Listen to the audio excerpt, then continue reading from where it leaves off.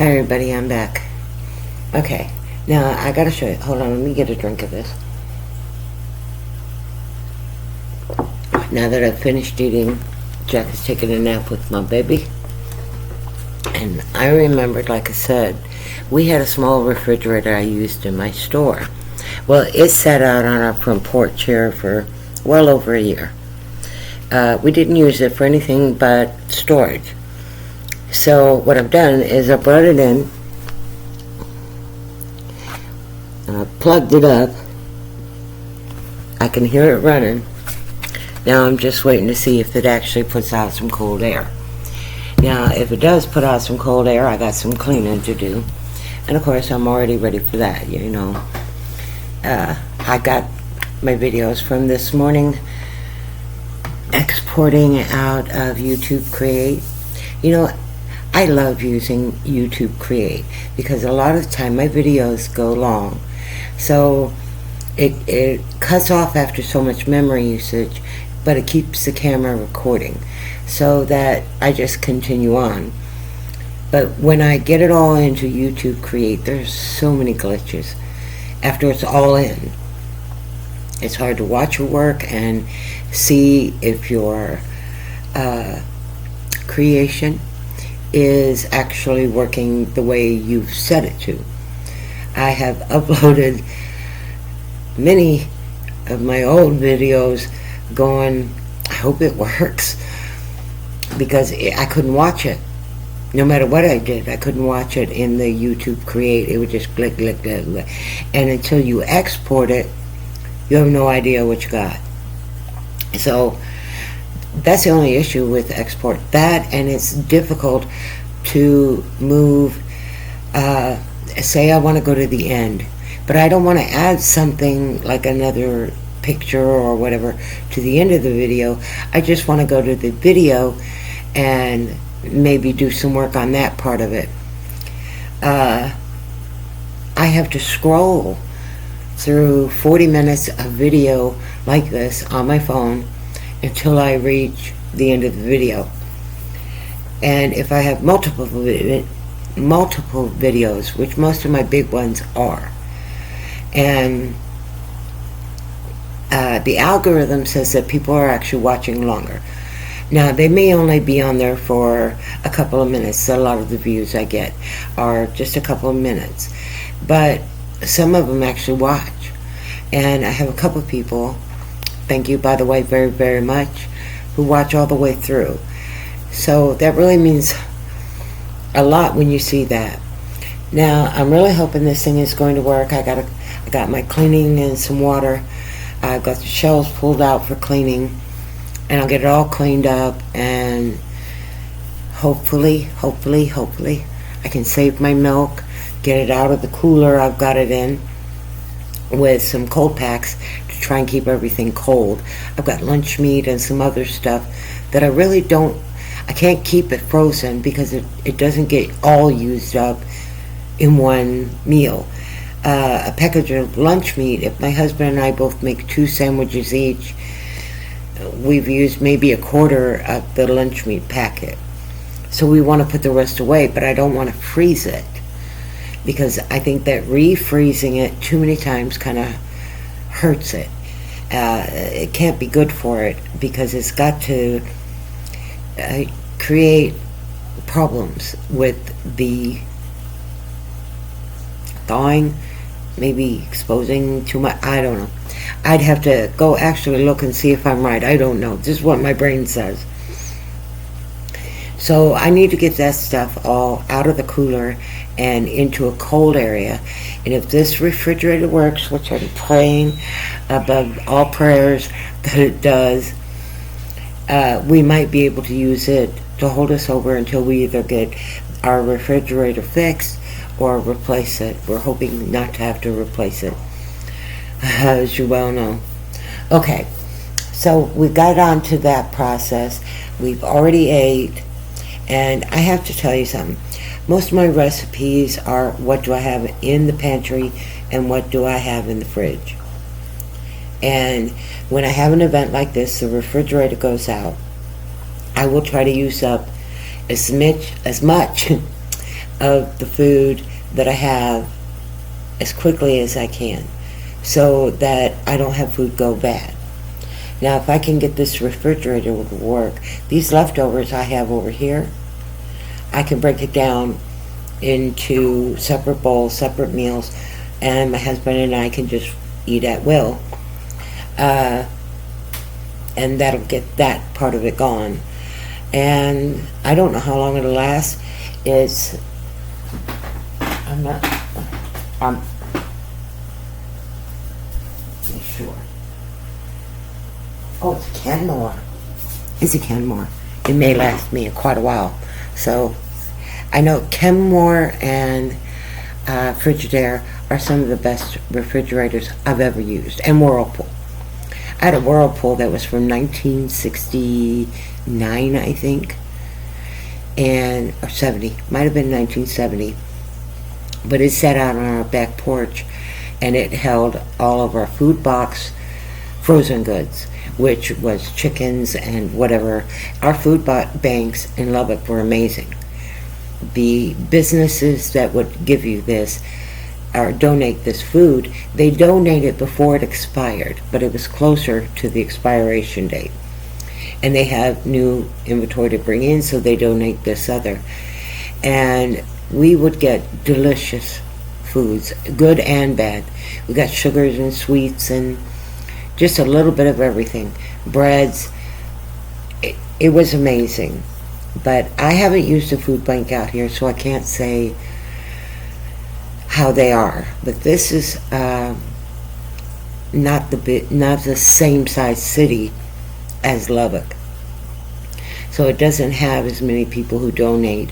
And there are, even though there are some wealthy retirees, most of the average people around here are kind of like me. You know, we live by the seat of our pants. Do we have enough to get through? And, you know, that's a big deal. It's a big deal. So, I'm really hoping that next summer I won't have all these kind of little things to have to deal with, so that I can really, really focus on my garden space. I want to get my sunflowers back up and going. These mammoth sunflowers, they can grow as tall as 14 foot with a head on them about this big. And that's how I had a lot of my birdseed. So, and the squirrels, I don't know what they do with the shells. Sometimes they leave them, sometimes they take them. But I shell a lot of them, and I will dry them for me and my husband. My dog likes them. So I love to put them in my salads. And they're not heavily sweetened, and they're not heavily salted, because I made them myself. And when I put them in my salads, I'm not seeing the spikes in my blood pressure that I saw when I used the manufactured ones, because I can use less salt, because they're going to get consumed faster than the manufactured ones. It's not that the manufactured ones are bad, it's that they have more preservative to last longer, because they have to go through the packaging process, and then out to the sellers, who will stock their shelves with as much as people will buy. Now, I know today in a lot of places they're allowing people to steal goods. I have never thought this was a good thing for anybody, least of all the business owner. And I have been a business owner, very small business owner. I've never had a big, successful business, but I did manage to make a little money every couple of weeks or so. I would have a really good week or something. Now, my store was more to help the people in my community than it was for me to make money. When I made money off something, it was a bonus kind of thing, because most of the stuff that I got came from people who donated, like they do to Goodwill or Salvation Army. And I would put up a notice on Marketplace, and I would offer to go clean out people's garages. I'd haul away their trash, and then I would separate trash from good stuff. And then what I thought was good or useful stuff, like pots and pans, blankets, good stuff, household stuff, and clothes. And that filled my store beyond capacity. I couldn't even keep up with all the donations. But most of it was given away. I did sell some things, because sometimes I would get really tight on money and I would need the extra. So I would sell a few of the nicer things I was able to gather. But most of it was just given to my neighbors, because most of them were immigrants, like I said before. Most of them were here legally, actually. They were here on visas. They didn't come in with the mules, because the mules, when they came in, they didn't stay long, and very rarely ever left anybody behind in our area. My landlord was a migrant. No, actually, I think he might have even been born here. But his parents did migrate legally. They worked the fields, they worked whatever, and he started a business and was able to buy some land, and so the American dream is still there. I don't care whether you're an immigrant or an American citizen, it's still there. Now, yeah, it fights against your success. Most definitely. The way the world works, society is a defeatist society. And I hate seeing that, because human beings, we are intelligent. Now, I'm not saying we're more intelligent than any other animal on the planet, but we did come up with some kind of technology. If we got help, I don't care where we got the info from. Honestly, don't. What matters to me is how it's being used. That's the important thing. I don't care if the Anunnaki brought it. I don't care if they taught it. What I care is, are you using it in a good way to not just benefit you? Because whenever the system of social society was set up, we made too big of a deal of one or two people who ended up, well, this is my friend, so you're going to accept them as my priest, and you're going to worship them too. We did that. And if we ever get smart enough to get rid of that ideology, well, everybody is going to have to share, or we're going to have to kill each other for it. Now, if you're sharing, there's no need for somebody to kill you for it, right? So, I had this crabapple tree that was growing in the yard at the house where we lived. We had two of them, actually. And I go out there and clean them all up. And I put them in a wagon. Not a wagon, wheelbarrow. And then I didn't know what to do with them. I had no recipes, had no idea what to do with crab apples. And these were not the little bitty crab apples. They looked like little apples, but they were bitter.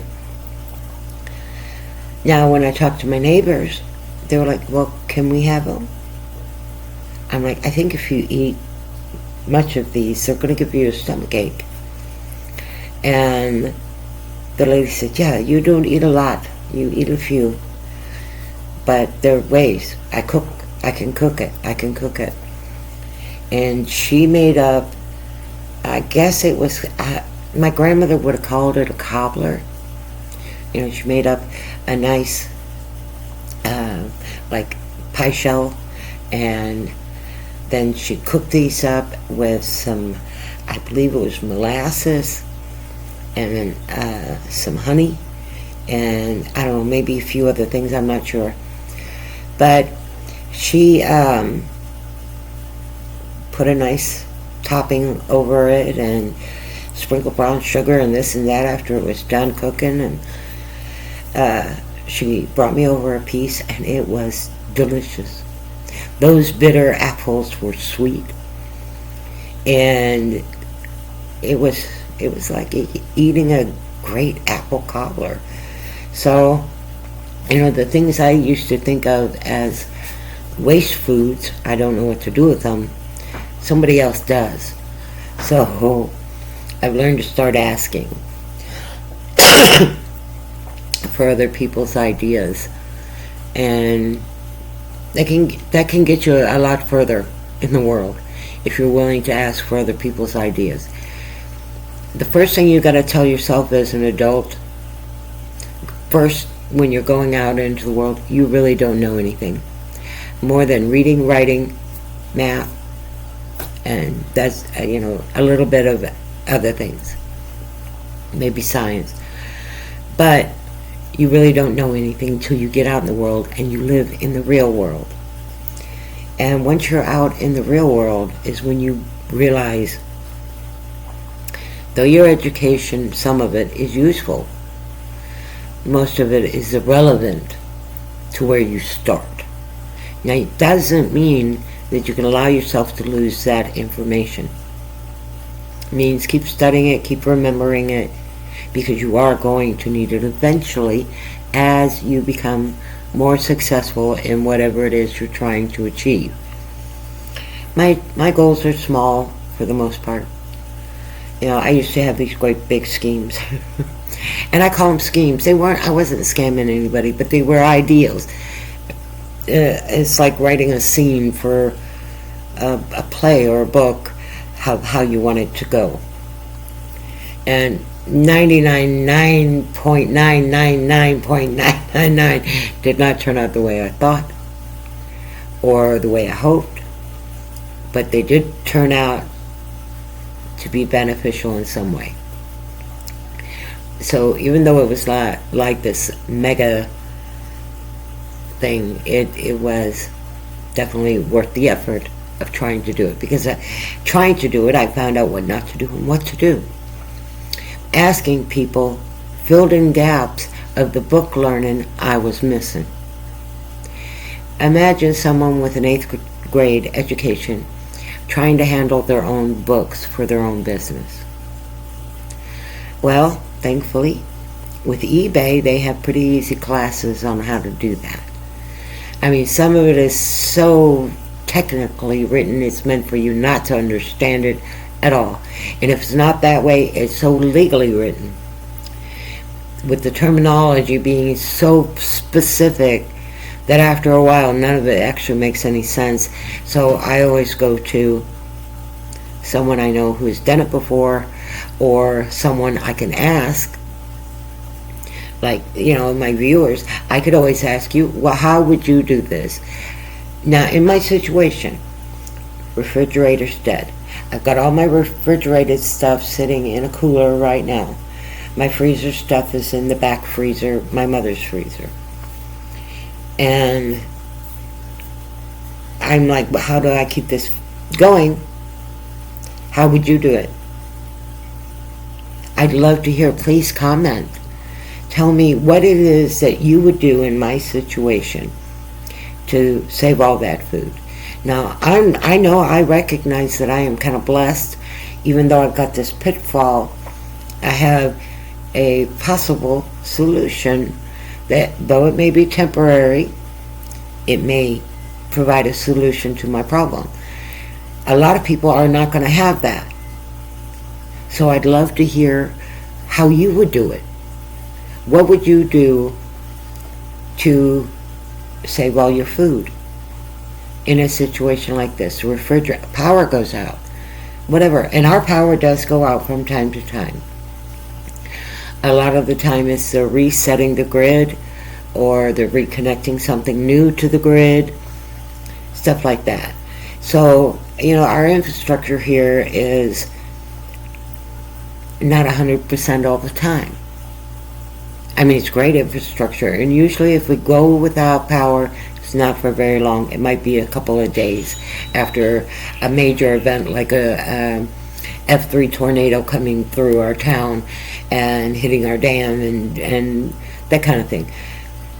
But the people around here clean up. They came together. People volunteered. They showed up with chainsaws. They showed up with food and grills, and they just made an event of it and comforted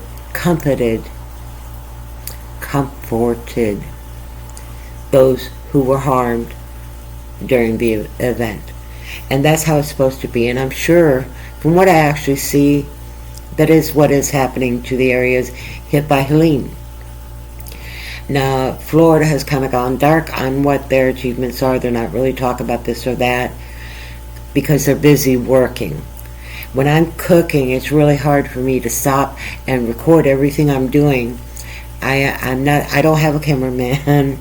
I'm not that skilled, but I can get it done and produce something that I can share with other people. And guys, I'm really sorry about yesterday. I'm going to warn you about something. Now, in the winter months, most of my emotions are pretty steady until we start to get into Thanksgiving, Christmas, New Year, and Valentine's Day. Those are some of the worst holidays for me. Yeah. I had a really bad experience on Valentine's Day. And my mother passed away in February. My uncle passed away in April. My aunt passed away in February. My sister passed away in June. And so there's no holiday that for me is joyous because I'm missing them. And so I do tend to get a little bit of melancholy. Now, I fight it real big time. I will go stand outside in the weather and, well, not real bad weather. I'm not going to go stand out there when it's thunderstorming or a blizzard, but I will go stand out there and get me some sunlight and some fresh air. Even if it's still cold outside, I'll bundle up. I may only stay out there a few minutes, but I'm out there. And why? Because it makes my brain feel better. And that's the truth. I know for all the harmful things we hear about the sun, you still need it. Your flesh, your skin, your blood cells, everything needs what you get from the sun. So, now I don't use sunscreen at all. I am not wasting my money or my time on something they're now telling me use inside your house. No, I'm not going to do it. I work outside, I'm in the sun, and I work inside, and I'm out of the sun. I'm not constantly in the sun. So, I don't really need it. Now, if I were going to, I don't know, some kind of fishing tournament where I'm not going to actually be swimming, but I'm going to be standing out in the sun, yeah, I will use some then. Because doing anything next to water with the reflected rays of the sun back on you, you do need some protection if your skin's not accustomed to it. Now, I used to do all the makeup in gobbledygook. I absolutely did. I would not walk out my door without my makeup on. My hair didn't have to be, it could be in a towel. I could be in a robe, but my makeup was on. And I was raised that way from the age my mother let me wear makeup, which was about 14, almost 15.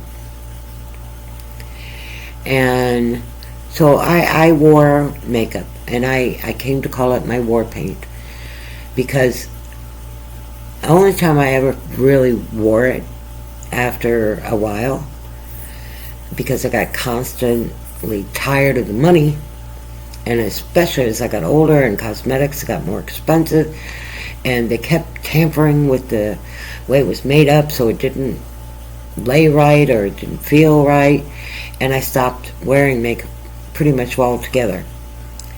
A lot of the jobs I did, you cannot work with a soldering iron. Sweating took us off in a small space, building chipboards to go in radios and speakers and other things with mascara running in your eyes. So it was more beneficial for me not to wear it, and I saved a lot of money. Everybody told me I looked better when I wore it. And when I put it on, even now, on my camera, I would think I looked better. My lips would be more prevalent. You would see more of my features than you're seeing right now. But even though I have wrinkles in my 60s, I'm allowed to have my wrinkles. I don't have as many as some women I know my age who are still to this day wearing makeup. I don't have that extra weight on my skin. You get used to it, you don't feel it.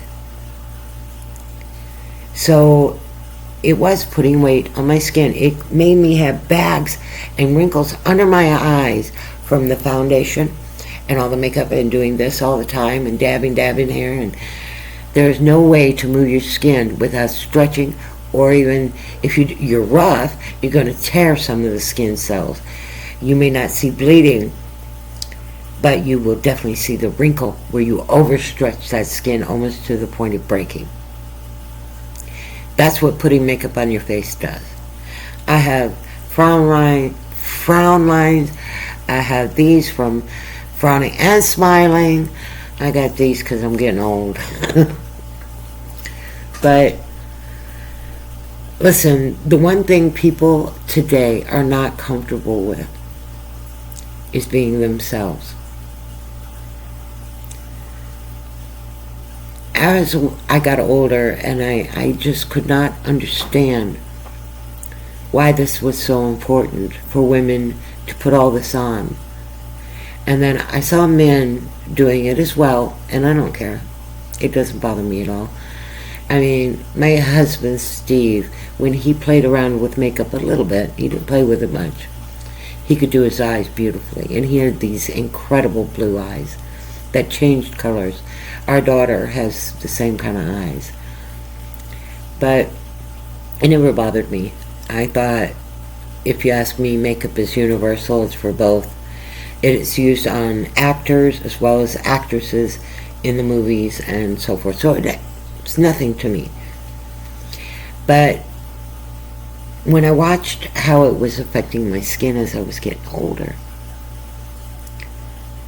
I didn't want to do it anymore.